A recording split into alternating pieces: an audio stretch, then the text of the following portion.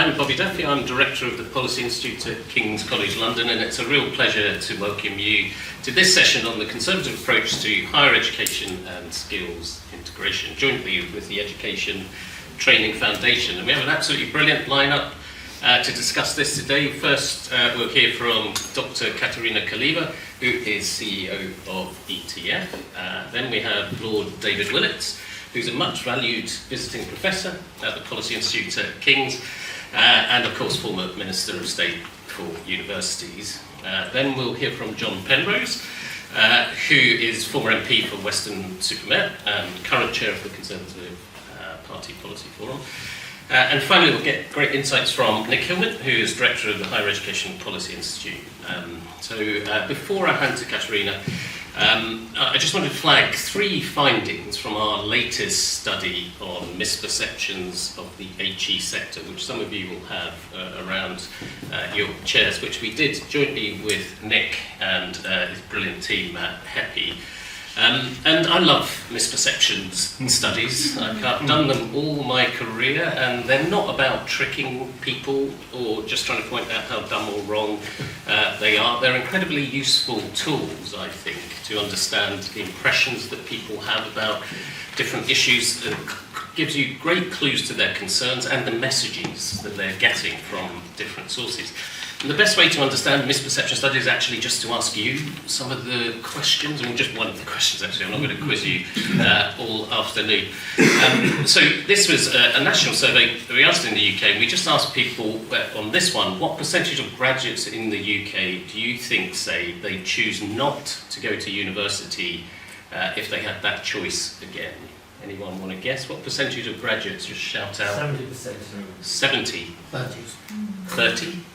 70? 30? 5. 5? Gosh, what a range. You really don't know, do you? You're all over the place. Well, I'm here to tell you, yeah, it's actually 8%.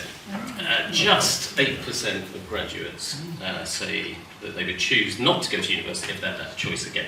But the guess among the public is 40%. The public guess that 40% of graduates would say that they wouldn't go if they had a choice again. So you can see how the public are picking up on individual stories of graduate regret, which are real. 8%, that's 1 in 12 graduates think they wouldn't go again. They are real, but they're exaggerating the extent of this among graduates as a whole. So still valued by 9 in 10 graduates.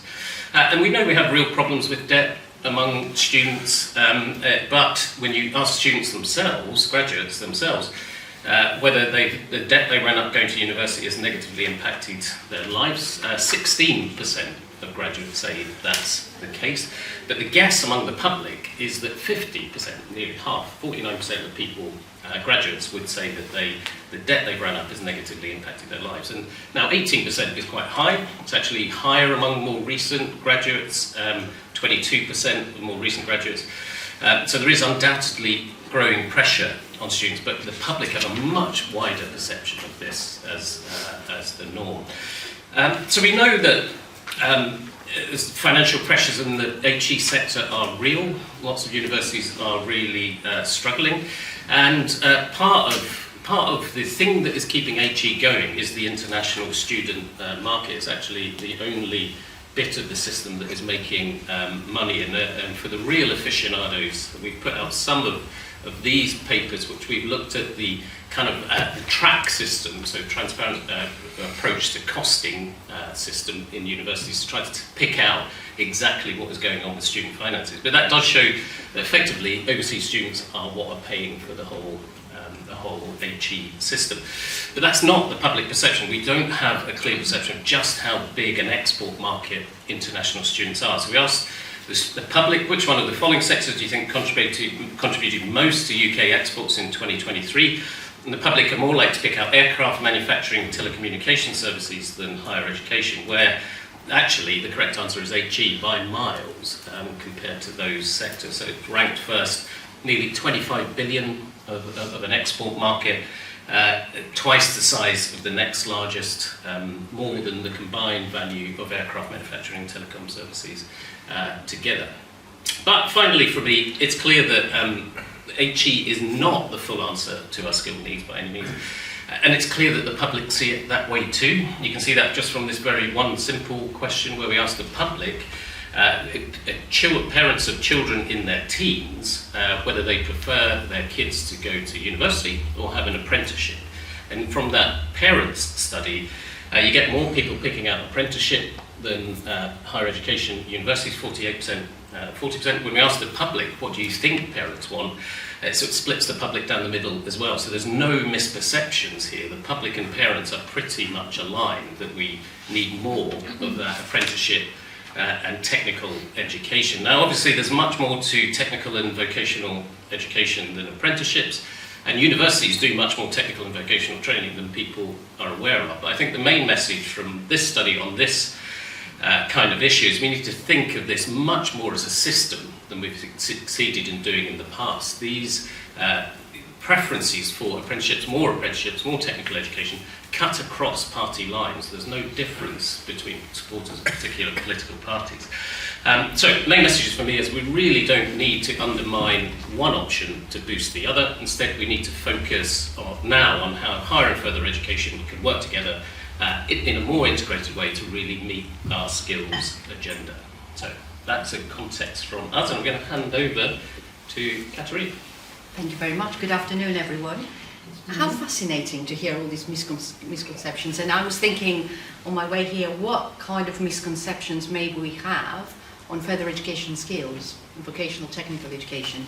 And I was looking at a couple that usually I come across when I talk to people, when I visit colleges, adult education institutions, independent training providers across the country. And the first one's about age. The misconception that further education is all about 16 to 18 to 20-year-olds. And actually I've been spending a lot of time looking at learners of the age of 80 or 90 with dementia, learning new languages or ceramics or art, and using that environment to support their well-being as well as learning something new and having stronger social skills with other people around them. So I think that kind of view that further education goes as far as people want to learn is quite an important message, I think, in that very well-formed idea of education rather than further, higher or school. The second misconception is probably subjects. So when we talk further education, vocational, technical education, we may think, and most people will say, construction, hospitality, beauty. Fewer people may talk about nuclear energy, engineering, aeronautics, digital, professional service, innovation, and healthcare. So it's just such an interesting landscape of misconception across the sectors, I would suggest. What I'd like to do is just in the next kind of 5 minutes give you a little bit of overview of our focus. And a little bit of data as a story of diversity in terms of the further education and skills learners. In 22-23, the total number of those learning in further education in the UK was 3.1 million, including 2.6 million learners in England. But the sector supports a disproportionate number of learners with special education needs and from disadvantaged backgrounds. And a third of students come from 20% most deprived areas of England. So there is a story of progression and diversity for sure. And female students account for just over 55%, and 50% are less than 30 years old, while 69% of male learners are under 30 years of age. So just to give you a little bit of a demographic context.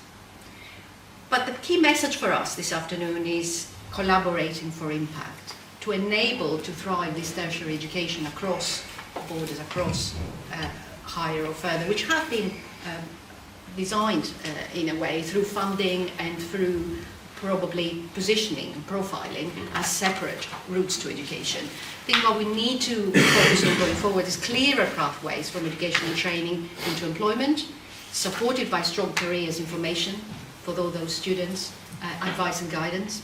The second one is very much regulatory and financial levers. It's not just about the funding, sometimes it's also about simplification and creating an environment where institutions can be a lot more agile and can collaborate better At the moment, collaboration in some parts of the country are down to serendipity, not by design. They're down to some really great people with strong leadership, with strong collaboration and good partnerships that they make things happen. It's not that the funding mechanisms or the regulatory environments make them and enable them to do so. And there is something about the promotion of parity of esteem between those working in further education and those working in higher education. Our vision, as the professional body for further education and skills, we have 23,000 teachers and leaders that work in further education on our register. We set the national standards for those working in education and in leadership in further education and skills, and we support them mostly with government-funded activities around professional development. But the three areas that I would like us to focus on in this conversation is how do we get every teacher to be trained and supported to high and consistent standards. At the moment, in further education and skills, anybody could go and teach in a college. There isn't such a framework that enables, supports, or standardize who teaches.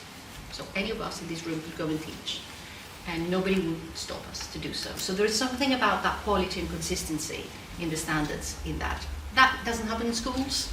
Obviously, it doesn't happen in universities, so there's something about enabling that quality environment. Every region should have the data, the funding and the capacity to meet local needs and skills, and every learner deserves to be taught by professionals who are highly skilled, continue to develop themselves, and are vocationally expert, as well as having the theoretical and academic background as well. So I'll pause here, and hopefully that will generate a bit of debate on this. Thank you. Thank you so much, Katerina. I'm going to hand straight over to Dave. Well, thank you very much, Bobby. And I think this evidence on attitudes is fascinating and shocking as well, and just three reflections on it. First of all, it is so frustrating how much misunderstanding there is of the student finance system. And, working with Nick, we worked so hard on this over the years, and indeed we had a program in which we sent recent graduates, recent graduates around schools and colleges to explain the facts of the system. Not a minister turning up or a politician, just a young person with street cred. And what I find shocking is that on some of the key measures, it's actually young people who should have been the recipients and continuing recipients of this type of information, who get it wrong. I mean, that they think you have to start paying back as soon as you get any paid job. 47% of 18 to 24-year-olds believe that. And there are a lot of them who think that it will also affect things like their credit ratings, when it is deliberately designed not to be something that can lead to repossession, all that type of stuff. So it's, and I have had this conversation with today's ministers, that it's very odd. This is an unloved system, but it's also quite a stable part of the British policy environment. Essentially, we've now had this model for 20 years. There's an endless tide of media scepticism about it, which rises and falls, but there isn't really a viable alternative. The prospect of going back to the days when there's a large amount of actual public expenditure directly on teaching courses in universities, apart from ones with very high costs, I think is very unlikely. So we've got to bloody well make this work, and that includes just an obligation on all of us to help explain the truth of the system. So that I find very frustrating, and it particularly does irritate me when people who should know better feed misconceptions. When Rob Halfon was asked, when he was the minister, about whether we should put out fees, and he said, no, we can't during the cost of living crisis because people can't afford them, he was actually feeding a deep misconception, when, as we all know, it's the repayment terms that matter, and the repayment terms were not being changed. So that's my first observation. We've just all got to do better. Secondly, the endless popularity of apprenticeships. And I have mixed views about all this. My family, we were all Birmingham craftsmen and worked in all the Birmingham trades. And my father ran the apprenticeship program for a Birmingham engineering company. And so I understand the appeal of apprenticeship. I think it's above all, however, it's a desire to have a different economic structure than we have. It's telling us something about what people wish the British economy was like. Lots of long-term jobs in stable careers in manufacturing and industry, where you entered the engineering factory at 20 and left at 60. It's a picture of that sort of economy, which in many ways did deliver very well for people who have since been having a tougher time, notably white working class males, about whom Nick himself has written a lot. So I understand the nostalgia for it, but the fact is that by and large, countries with flexible labour markets, notably the UK and the US, also have relatively low levels of apprenticeships and relatively high levels of HE participation. So it goes with the flexible labour market model of which this party is supposed to be an advocate. And when you say there shouldn't be any kind of conflict between them, we should back both, and of course that's right. However, there is a place where there is a tension. There is one place where there is a zero-sum game, and we should be open about that, and that is how the apprenticeship levy is spent. And my view is that the degree apprenticeship is doing enormous damage as currently financed, because it is a charge on the apprenticeship levy, and we all know that degree apprenticeships are going particularly to older people who've already got jobs, people who may well already be in quite well-paid jobs. We know from research that if you compare a subject, when you've got a specific subject, the university students are more diverse than the people doing the equivalent of a degree apprenticeship. And what's suffering is apprenticeships for under 18-year-olds and at levels 2 and 3. So my view is that degree apprenticeships should be funded out of fees and loans because they're a high level qualification, and that would liberate funding in the apprenticeship levy for more of the other sorts of apprenticeships. And it would also give an incentive. I was always keen on this with Gillian Keegan and Rob Halpin, with whom we used to have this argument. It would give them an incentive to explain the truths about the HE financing system, if people on degree apprenticeships also need to understand that. That's my second comment. And my third and final observation is that although in many ways these findings on perceptions remind us of the strengths of higher education, and you rightly say only 8% of graduates regret going, there are a lot of graduates who regret their choice of course.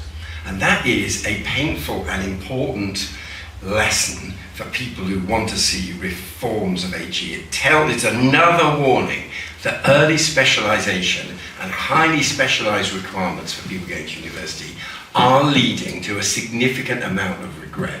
So we shouldn't just regard this as fantastic evidence people are pleased they went for university. There is also a sting in the tail, which I think is a challenge for all of us who are still battling for broader courses and less early specialisation. Brilliant. Thank you so much, Steve. That was great. John? Thank you very much, Bobby. Can I start by building on some of the stuff? I'm going to disagree with bits of what David said, but I should start off with a sort of mini tribute, because David is the architect of the HE funding model. And he's right, it has been one of the more enduring and long-term successful cross-party elements of British, well, I was going to say education policy, but actually British policy more broadly.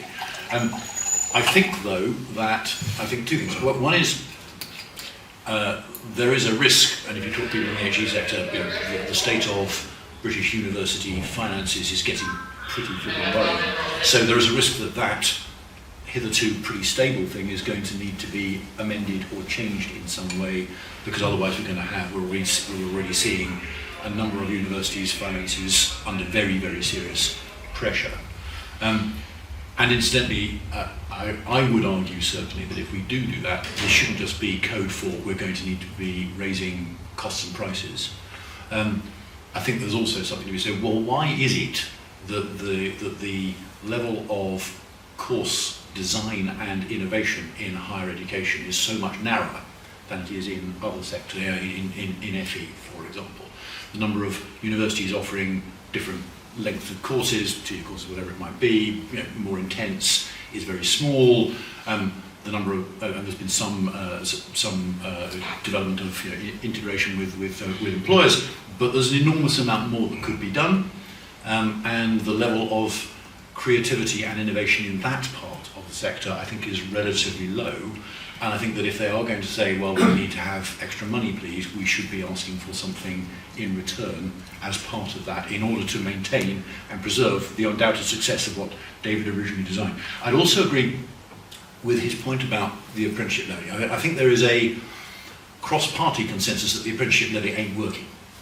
The problem with it is that when you then start to try and propose what it should become instead, David just boldly and courageously tried to do that, the consensus shatters and scatters very, very fast indeed. I think this is one of the biggest challenges which policymakers, and ideally on a cross-party basis in the way that David achieved on higher education, need to work in order to come up with a viable alternative, because David is right about the damage that's being done.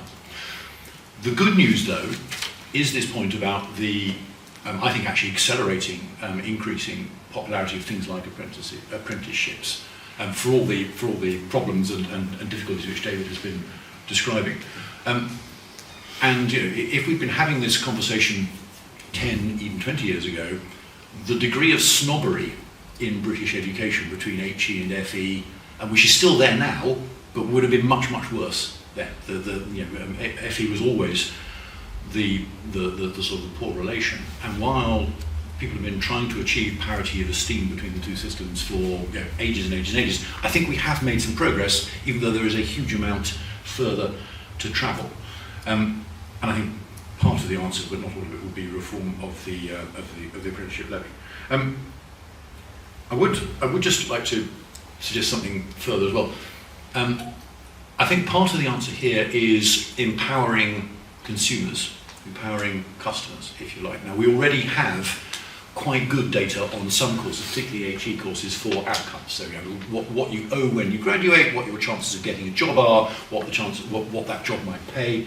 That data is out there. It's also in different places available for FE as well. What we don't do is come up with something which is really easily accessible to 17-year-olds or people of whatever age choosing a course and choosing between HE and FE and their families, to say, actually, I may choose this course, and David's right about the degree of course choice regret in the tertiary sector. If we can publish that at a comparative level for each course, at each university, at each FE college, across all types of qualification, then all of a sudden you have a much more empowered set of consumers making fully informed choices about what they're going to be spending the next 1, 2, 3, 4 years of their lives, and quite a lot of money and resources doing. I think that would be a major step forward, and we're so close to it already. We've got parts of this jigsaw already in place, so it's not a massive procedural process step to take, but the transformational impact on customers making properly informed choices could be profound. And at that point you will get two things happening. One is you will get people saying, actually, I'd rather have a much lower level of student debt if I go for that FE course, because I can see that the costs of taking it will be a great deal lower, and my chances of a decent job at the end of it, and a job that I want and I think I'm going to like, are better than being shoehorned into a liberal arts HE qualification, which my school tells me I ought to go to because that's what they all did and that's what they all think. And breaking that implicit, still residual snobbery in our system, I think, is something which we can do by empowering students, pupil power, if you like. We're close to it. I think it could be a major step forward in the journey that has already been begun. But my goodness me, we need urgently to take it. And a final thought on that, and this is one which I'm going to say just before I shut up and then run from the room so Nick doesn't hear me, is if you're going to do that properly, you do need to finish the journey on the comparative value of higher education qualifications. There's already some quality standards which are built into higher education, which are starting this, but we're a long way away from saying that a 2-1 from one university is the same in history is the same value as a 2-1 from another university in history. And it's the only qualification in this country where an A in history at A level or a grade 8 at GCSE, doesn't matter which school you went to take it. Doesn't matter that you got that from Eton or from the local comprehensive down the road. It's still the same qualification no matter which exam board it was. The only qualification where there is not proper comparability is higher education degree, but Bachelor of Arts or bachelor's degrees. If you're going to do proper qualification comparison, as I've just been describing, to empower your customers and your citizens, you've got to have that too, because otherwise you are not comparing apples with apples. That will be deeply, deeply unpopular in some parts of the higher education establishment, but I would argue that it is necessary to finish empowering students. And now I'm going to shut up and let Nick pummel me from my side. Well, thank you very much, Bobby. And I'm going to start actually with this public perceptions report, which has already been mentioned, just because it was joined between King's College Policy Institute and HEPI, my organisation. King's did all the work, by the way, I should say, but the idea was mine. And the idea came after I had a pint in the pub with, as Bobby knows, with a neighbour of mine who, all his children had gone to HE, so he, in theory, understood the value of education. And he'd worked in banking all his life, so in theory he understood the value of money as well. And he was knocking universities much harder than John was just knocking them. You know, too many students, waste of time, all the rest of it. And I said to him, "Well, I didn't say that. No, I said he was knocking them much harder than you were knocking. Yeah. And I said to him, "Well, I happen to be on the board of the University of Manchester, which is a mile or so down the Oxford Road from where we're sitting. Do you know what its turnover is? Let's talk about income expenditure." He said, "Don't know, 30 million." And of course, it's 1.3 billion. It's the same size as Manchester United and Manchester City put together.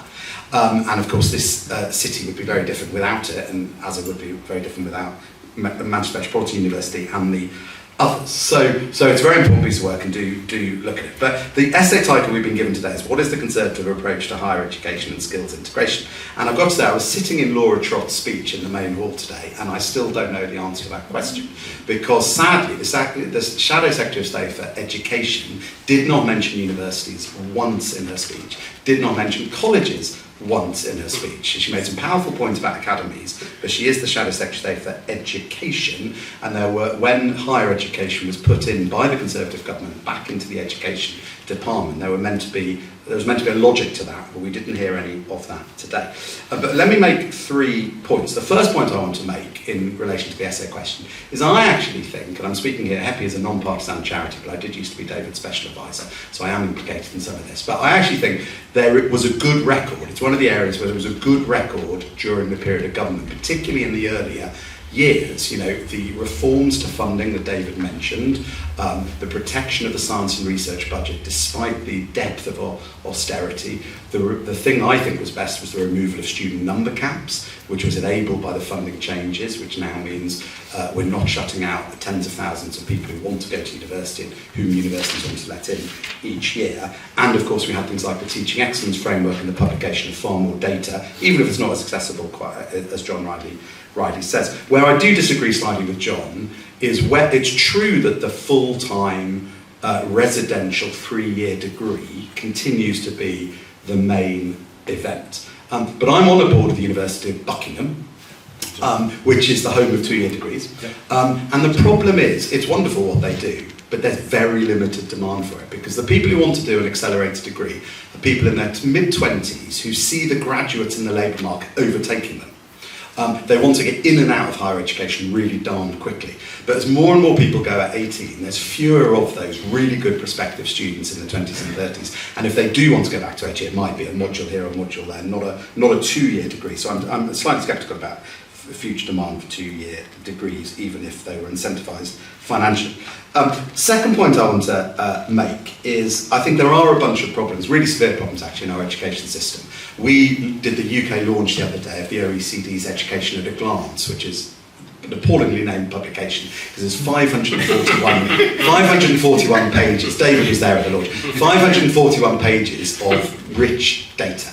And actually, the numbers in there on higher education for the UK, particularly England, but it's also UK, were really good. You know, above average participation rates, second lowest or lowest, depending on how you measure it, dropout rates in the developed world. We compete with Ireland for that. Really good graduate outcomes, whether that's wages, being in employment versus unemployment, health, physical and mental health outcomes. So really, really good. But the problems they identified were all in the other bits of the education system, particularly people who leave secondary school with GCSEs or equivalent or less. It's not even people who leave with A-levels. And so we do need to do more for them. And I've heard the arguments going back and forth on apprenticeships. I tend to agree with David that degree level apprenticeships should probably be funded differently, and we should focus on the level 2, level 3 apprenticeships. My other concern about apprenticeships is the parent of a 15-year-old and a 13-year-old who are in two completely different schools.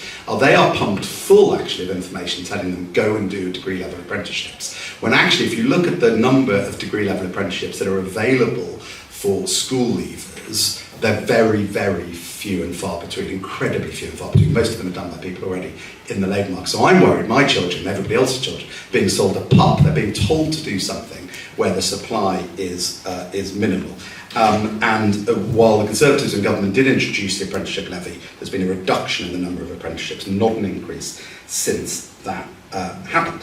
The other area where the OECD really flashed a red warning light was on the number of NEETs, of course, a theme this week and last week. I was at the Labour conference as well, particularly around young men and the large numbers of young men who are really not doing very much. So what do I think the Tories should do about it? Were they to get closer back into power? I mean, just as a start of a 10, I'd suggest what I've called a 3B strategy. And the first bit of that is boys. The half of the population that we are letting down very, very badly in our education system from early years. In fact, the evidence is even before they enter a formal early years settings, boys are falling behind girls, and it gets bigger and bigger and bigger throughout the education system. So among young school leavers, 54 out of every 100 young female school leavers go into higher education. Only 40 boys do so, and a lot of them who don't join the NEET role. And the second thing is I think we need to engage more than, certainly I'm here, I guess I'm speaking on behalf of the higher education system, engage more than we have with Becky Francis's review of curriculum and assessment. And the reason I squeezed it into my 3Bs thing is I'd say bilingualism. Where there is a single biggest disciplinary problem in the UK, and my argument, is the catastrophic decline in language learning in the UK. Ever since actually a Labour stopped GCSE in language being compulsory back in 2004, about 20 years ago, there's been a catastrophic decline since. We wrote a report 5 or 6 years ago saying this is a terrible crisis, we need to tackle it.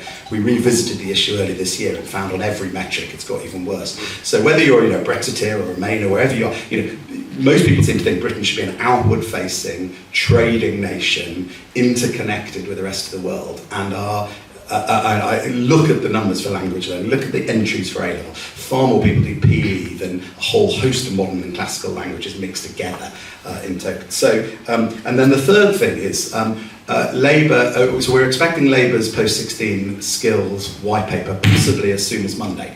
And one of the things that they were hinting at last week, and which has been media coverage of since, is they're attempted to invent an entirely new vocational qualification. So the FE week are written up as VAT. So you've got T levels for some people, A levels for others, and then V levels, new vocational qualifications for others. And my third bit was actually evolution would be better than revolution. BTECs are slowly being killed, both by the previous government and the current government, and I think that is probably an error. We do need a third route. But BTECs are already there. Most of the widening participation success that's happened in recent years in higher education of BTEC students going up to higher education. And there is a very big graveyard of politician-invented vocational qualifications that have not worked, like GMVQs and diplomas. And I think whether it's Conservatives or Labour or anybody else, they should avoid doing that. And I would take a more evolutionary and revolutionary approach towards new vocational qualifications. Thank you. Great stuff, really good. Thank you. Very good. I mean, just before I come to you for questions, we've got lots of time for questions. I might just go back across the panel because there's such interesting points made as people went through. I just wonder whether there's anything you'd reflect on, Katerina, from an FE I want sector. to go back to the very interesting points about qualifications that Nick was making.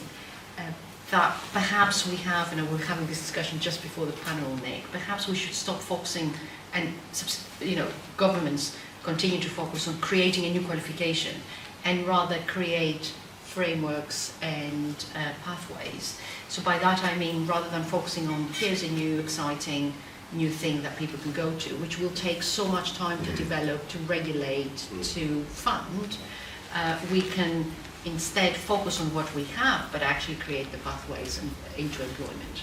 Great. Yeah, no, that comes up a lot as a theme. It's already complex enough for people to navigate, and the interconnections between the different offers are just so opaque to people. It's adding more into that feels like a really risky approach. Any other reflections from the panel on what you've heard afterwards before I go to questions? Dozens of extra points, but then we'll wait for them. David? Yeah, I mean, I'd like to go back to John. I wasn't totally clear. Are you envisaging a kind of CNAA model? So when you say it is one of the distinctive features of higher education, correct, that institutions award their own qualifications. That is what makes it a university. So this is not some eccentric English experiment. This is a model. And we did have, indeed, polytechnics who did not have the power to issue their own degrees, they were part of the Council for National Academic Awards, which did operate a kind of cross-institution model. So are you saying that you... So I don't know how you would make a history degree from two different universities offering their own degrees comparable. I don't know. So I'm trying to get my head around what that proposal is. I think I'm talking about, I mean, it would have to be university-led, because the moment you get politicians involved in it, then there's a whole can of worms that you are opening up there. But there are already, supposedly, I think, I forget what the numbers of the quality standards are in the frameworks, but there are frameworks which are designed to drive proper moderation between different existing universities. But at the moment, they don't particularly work, and it is very, very apparent that a 2-2 from one university in the same subject is not viewed as being equally valuable by employers at all, as one from another.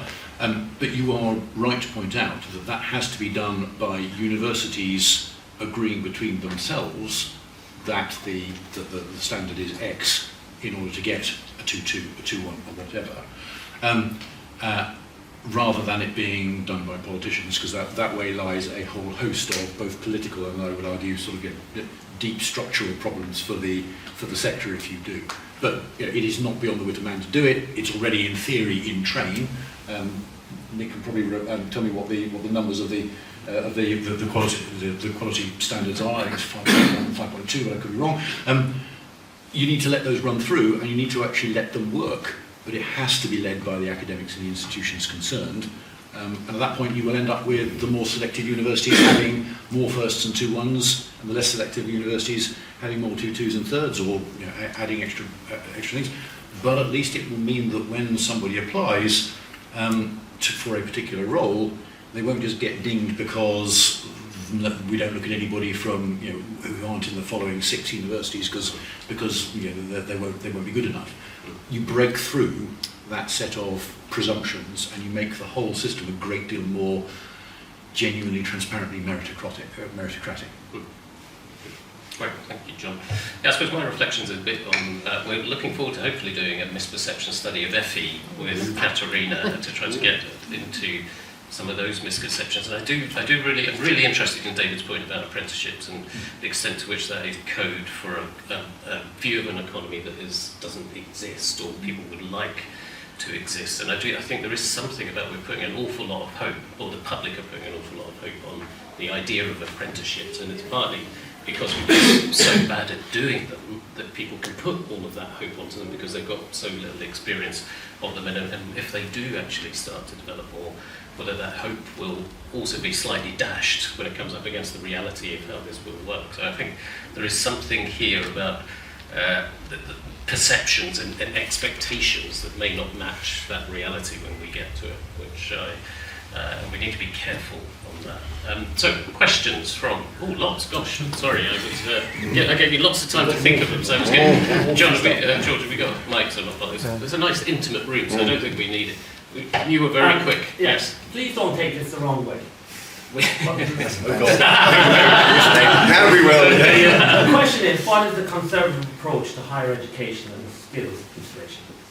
And I haven't really heard anything from the panel of what, we've looked at what's not right and what's doing, but I haven't heard anything what is the approach. That's that is, I'm not sure, I hope everybody, has anyone heard something I haven't heard? Well, that's a great challenge and good, and not at all, won't take that wrong way at all, very good. Let's keep us honest on this. Sorry, yes, here. We'll take 2 or 3 and then we'll do. So my question is based mainly on research and PhD.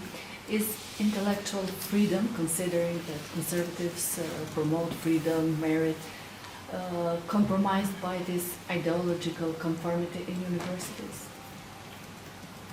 What do you see as the ideological conformity in youth? Well, it's very broad, but having been an academic across Europe and UK, I noticed that intellectual freedom it's quite compromised. And what is the conservative approach promoting intellectual freedom? Yeah, absolutely key issue. Thank you very much. And sorry, I'll go this side because we haven't done this side. Yes, we'll have time for a couple of rounds, don't worry. One more. Thank you. I had a question around, I think particularly this, again, what David's point around this imagined sort of ideal for apprenticeships and sort of what that economy looks like. I think there's also a question of sort of how ready a business is to offer that as well. Where is that supply of apprenticeships that, and I wonder what a conservative approach to that might be. How do they kind of work with businesses to sort of, and indeed any suggestions for the current government in order to scale up their own apprenticeship ambitions.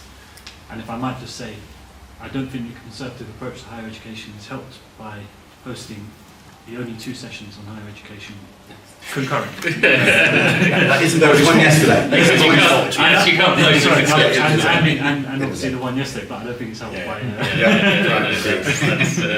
That's not the Conservative Party's fault. I can very clearly say that. Just bad luck. So, brilliant questions, and can we answer the exam question, free expression, academic freedom, and what is actually, how do you get businesses to engage with apprenticeships, which is such a key issue in this. I'm going to go in reverse order actually, so we start maybe with Nick. Well, I'll just make a couple of points. I mean, look, I'm not speaking here as a talker, I'm speaking here as the head of a non-partisan charity. I know what I would like to see the Conservative approach to be. I would like it to be on the side of aspiration.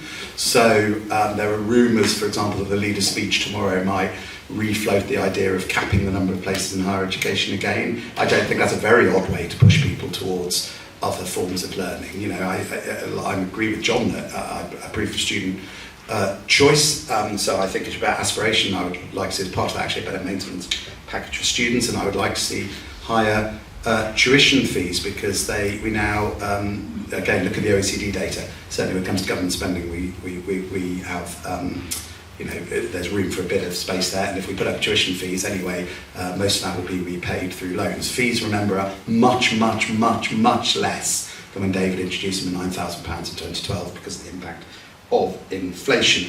On intellectual, I mean, look, I got involved probably, I guess, properly in policy and politics when I was a student here in Manchester in the early 90s.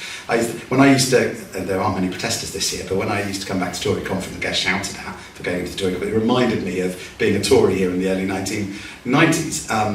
There was a student union board game that had a little picture of me with FTW underneath, and the T stood for Tory, and the F was a swear word, and the W was a swear word.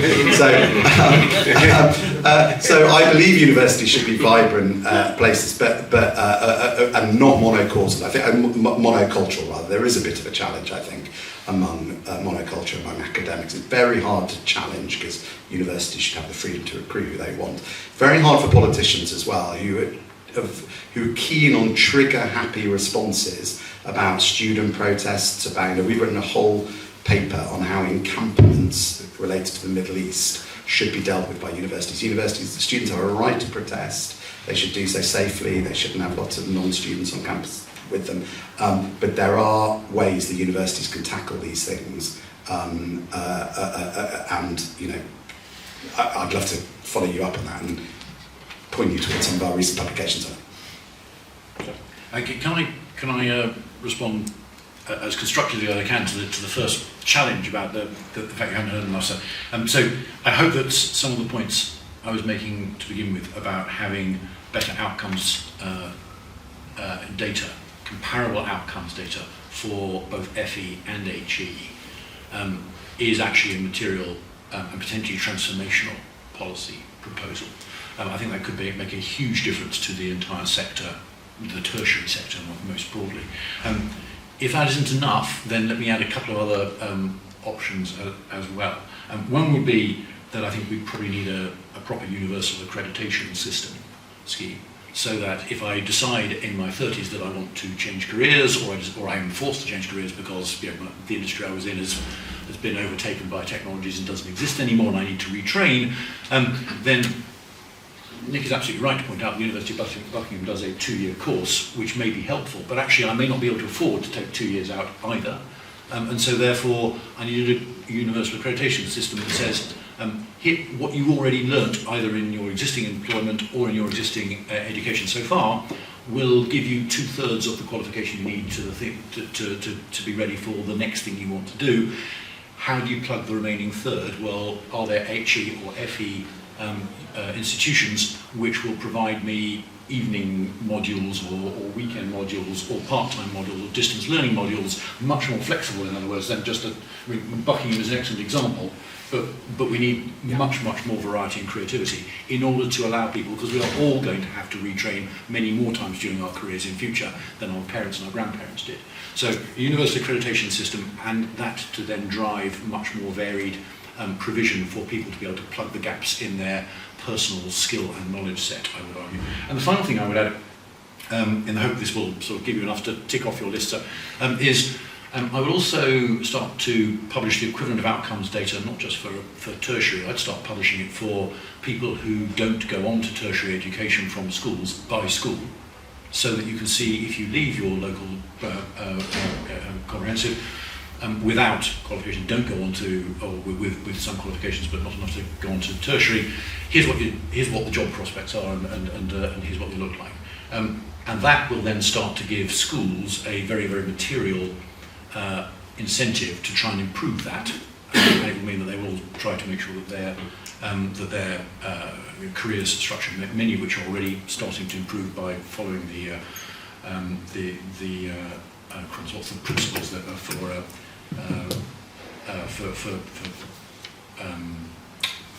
for careers guidance. I'll come back to them in a minute. Many of them are starting to improve, but sorry. No, I thought it'd come to me.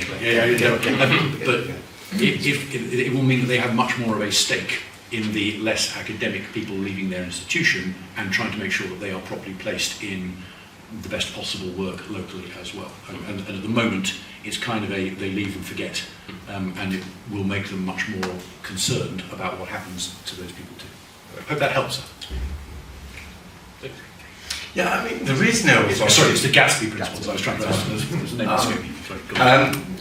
there is no statement of conservative HE policy that I am aware of. So there isn't... we can talk about what we would like it to be, and we can speculate on what it might be, but there isn't, and that was part of what Nick was saying on the content of Laura's speech today, there is no statement of HE policy. So we have our views, but we're only talking about what we'd wish to see, or we might predict to see. On freedom of speech, I mean, there's two different aspects, and doctorates are interestingly stuck in a grey area between the freedom of speech for students and the academic freedom debate. And I wasn't quite clear which one you were nudging. Academic, intellectual. Yeah, and you see academic freedom, at one point, and the last government did bring in legislation on this, and at one point the legislation was supposed to include academic freedom. And that was removed. It became a rather different body of legislation, specifically providing protections for students to say things on campus, which I think they do need those kind of protections. I think it was overdone to bring in a right of legal tort as well. And I also do think universities have, universities, as I used to say to Shittage at King's, universities are not the same as Speaker's Corner. There is some kind of role of a university in managing freedom of speech in some way. Yes, of course, you can have your event on Holocaust Hour, which is not a criminal offence.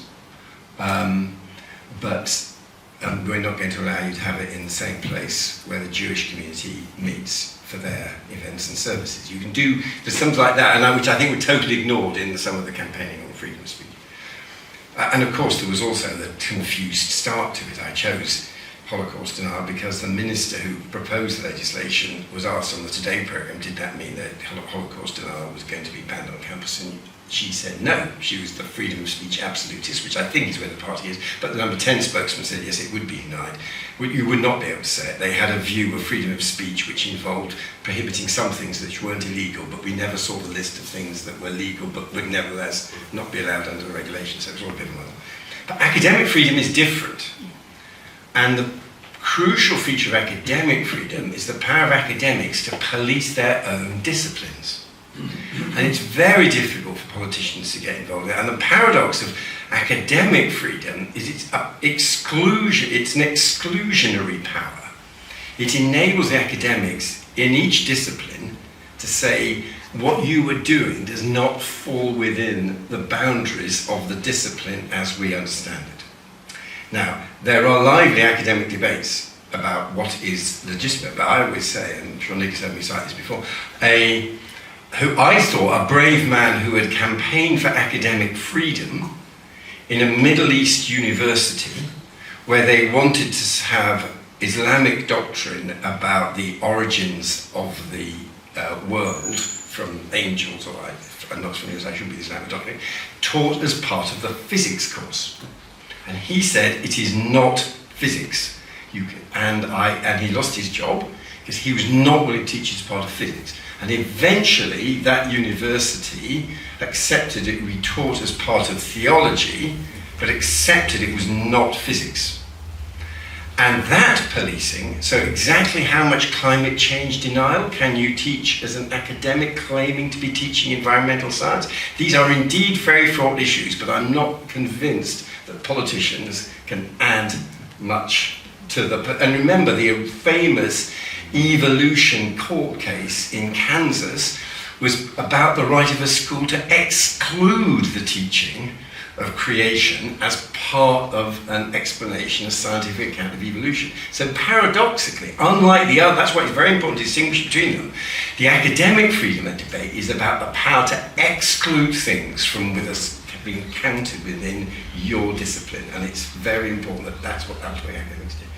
And I'm not sure much more I can add on apprenticeships. I do think it's the kind of Ronnie Barker Four Candles sketch. The picture, which is a very powerful one, and I like it also because it's intergenerational. I'm sure the picture is some older guy wearing a brown jacket with a pencil behind his ear explaining to the youngster how to run the lathe. That is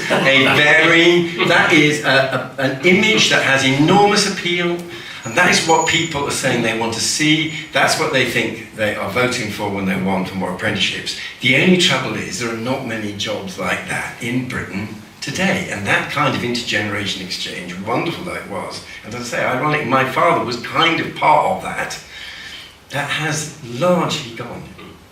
You need to do CAD-CAM nowadays instead. Yeah. You're giving me loads of ideas for misperceptions studies now, David. We could definitely work in the two Ronnies somehow into this. Katerina. Two thoughts from me. Firstly, on what should the Conservative approach be in higher and further education? Obviously, like Nick, I head a charity, so my view here is from that perspective rather than a political perspective of a particular party. I would say this, that we should focus less on qualifications and more on quality. And I would suggest that the quality of the teaching and learning relies entirely on the quality of the teacher. And for that reason, I would encourage all parties in their plans, government or opposition, to really focus on that value of that teacher, support, anything from, and I'm not here to talk about terms and conditions, unions and associations do that better than me, but I am here to very much advocate for that professional development and the support of consistent standards of teaching in the further education skills sector. And we have made some progress with having parity, those who are experts in this. There's the QTS, the qualifications for schools, and we have the QTLS now, which is a qualified teaching and learning status for further education skills, but we are very far from having a standard approach to the quality of teaching and learning. So I would encourage you to consider that. My second point, back to your reflections on intellectual freedom and ideology, I think David gave a very good overview of the issues that we're facing, both as students and as academics in that space. I would suggest that when it comes to colleges, things can become very interesting because further education colleges in some parts of the country end up being the local NHS or the local social care or the local psychology support unit or the local crime support unit as opposed to just education. So at the moment, the further education sector is picking up a lot of the wider societal issues rather than doing its job of educating learners.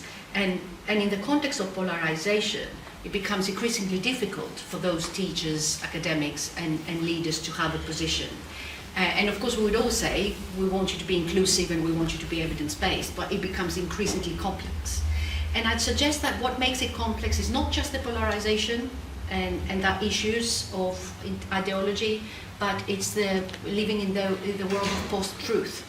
And how, in the World Economic Forum, for the first time, I think in many, many years, the biggest risk that we're facing now in society and the economy, even above climate change, is misinformation and disinformation. So to what extent what we are hearing is true is another issue, I think, in that wider context of polarization. So we're hearing a view over here and a view over there, but both may be based on a fictional kind of point of view. And I think that's the most difficult bit for us and for teachers to manage.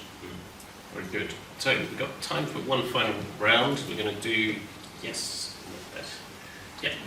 Paul Hughes in Great Yarmouth. And I gather I'm also an alumnus of King's College London, although I never actually went there. I went to Guy's Hospital, and that's all part of it, along with Thomas and King's College Hospital.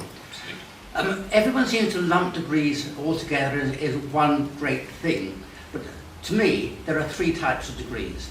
There's what I call the good old-fashioned ones, which are academically robust, which are quite difficult and demanding, and when people have graduated in that, they've shown that they have ability. It might not necessarily be carrying that subject.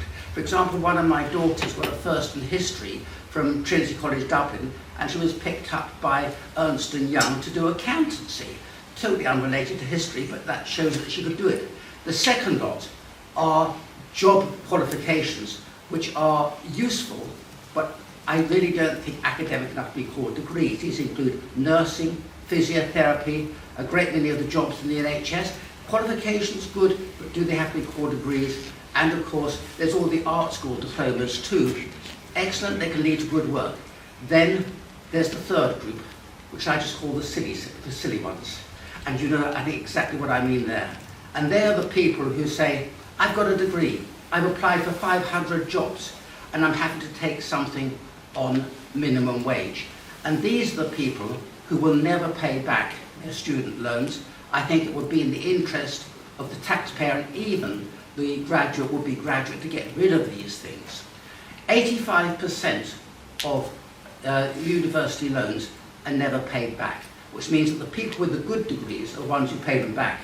The people who basically just wasted their time don't pay them back. And if they've been funneled instead into some sort of apprenticeship, not necessarily a man in a brown coat with a pencil behind his ear, then they might be more suited to their aptitude and they might also be Great. happier and learning better. Thank you. Thank you very much. Lucy. Quick question from me, straight onto it. How should the Conservatives take on the rising tide of populism when it comes to post-18 education?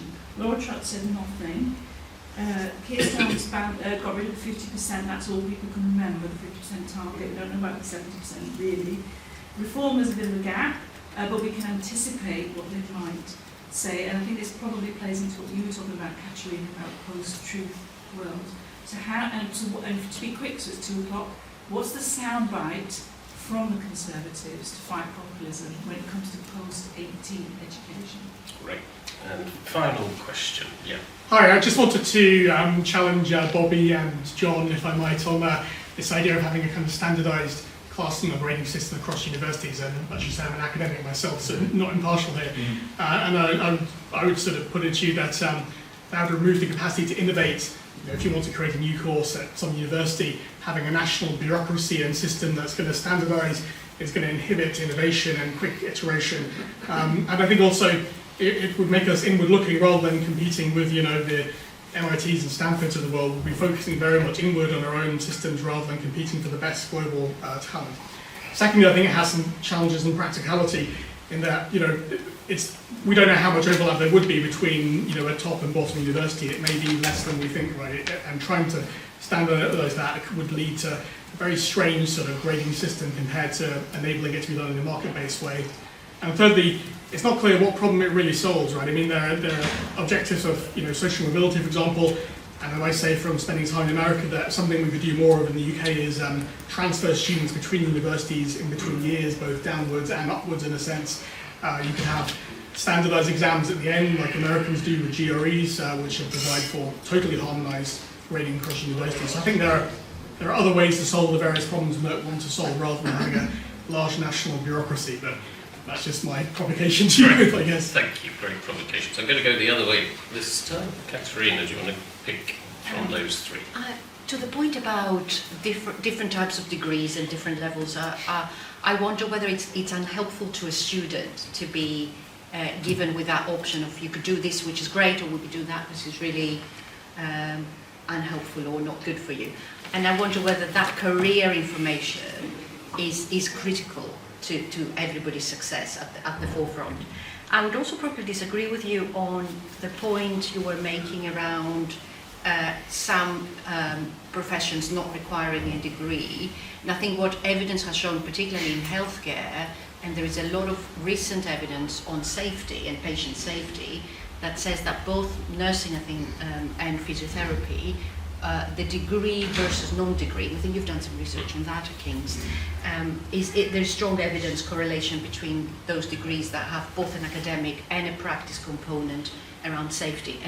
And frankly, we have more nurses in this country than doctors, and we will probably want them to be as highly qualified as possible when they are caring for us. So I would just put a little bit of caution in that kind of how we provide that information to students and to young people. The soundbite to fight populism, I'm excited to hear what my other panelists have to say, because I do believe it's quite complex. Yes, yeah.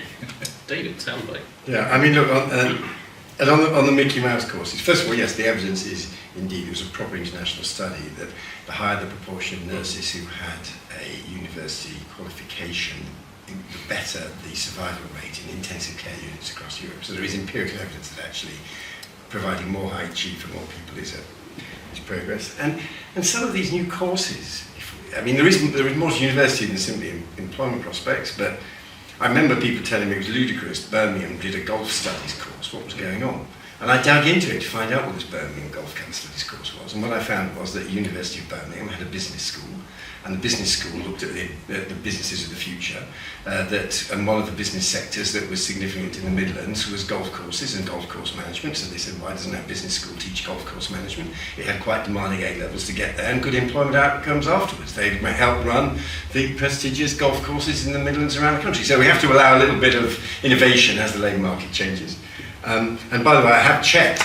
According to this own report we're debating, 65% of students will repay their loans in full And many of the remaining students will make a significant contribution. I mean, there are so-called ramp charge varies, but I think 80% of these loans are going to be paid back. On the slope, I personally, and this is, I think more education is a good thing. It's by and large a good labour market thing. Not always, but we could do a similar scrutiny of A-levels and say how many of those lead to the exact labour market. It's certainly a good thing for health, and they're good for mental well-being, and they're even good for mental well-being for the people who don't have good labour market outcomes. In other words, graduates in supposedly non-graduate jobs report high levels of well-being and better health outcomes. So I would say education is good for you, would be my slogan. Very good. Great stuff. Thank you, David. John. In order, I would argue that the proposal which I was making earlier on about trying to publish better data for all courses and their outcomes, FE and HE on a comparable basis, will have the desired outcome which all of us want, which is where there is a course where, frankly, employers aren't terribly interested, then people will know that. And it'll be clear, and they'll know that it costs X to complete that course, and your chances of employment are not as good as the equivalent course at a different college down the road. Now, you may still decide you want to do it because you're absolutely obsessed by learning higher level Anglo-Saxon, Norse and Celtic, and in that case that's great, but you're doing it with your eyes open.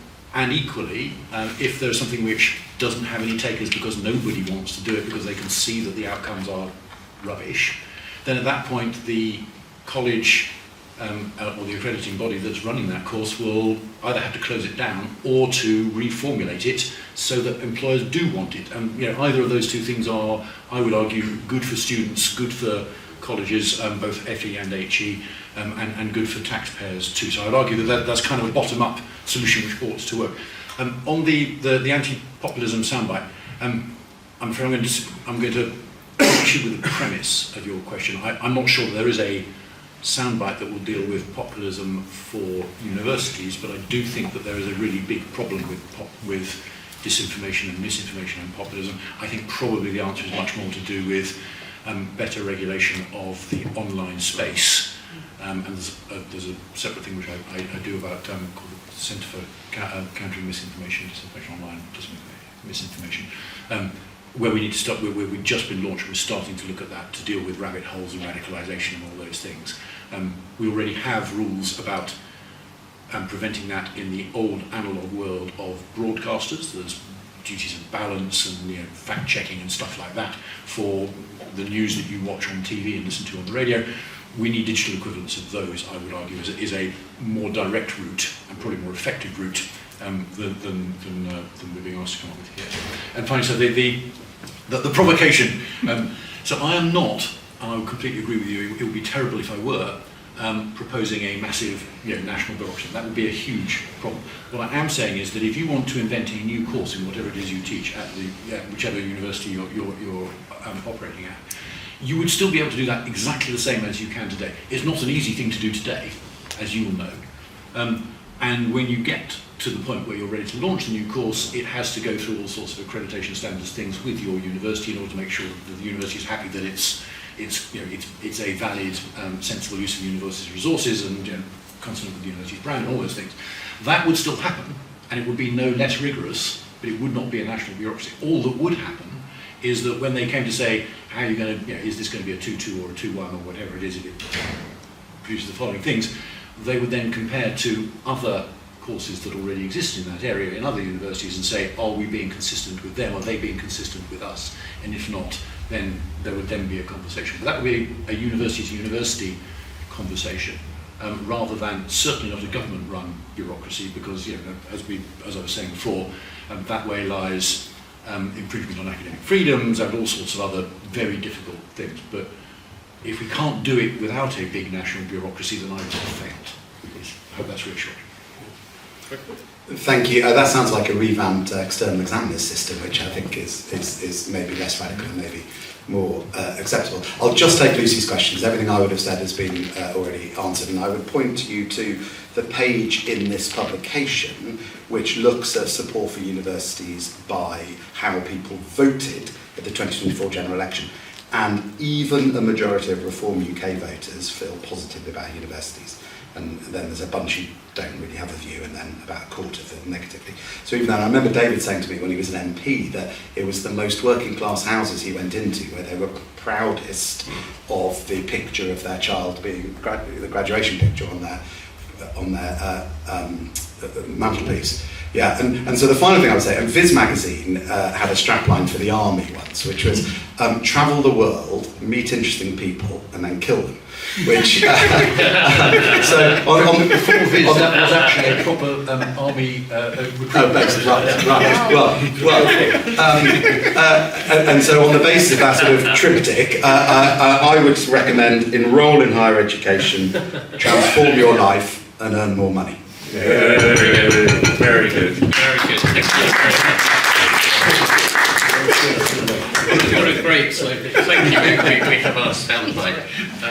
I did a panel with Gary Young last week, and he said, if you think education is expensive, try ignorance. Yeah. And I thought that was such a very, very good line. So that's it from us. We're going to call it there. Spot on time for quarter past finish.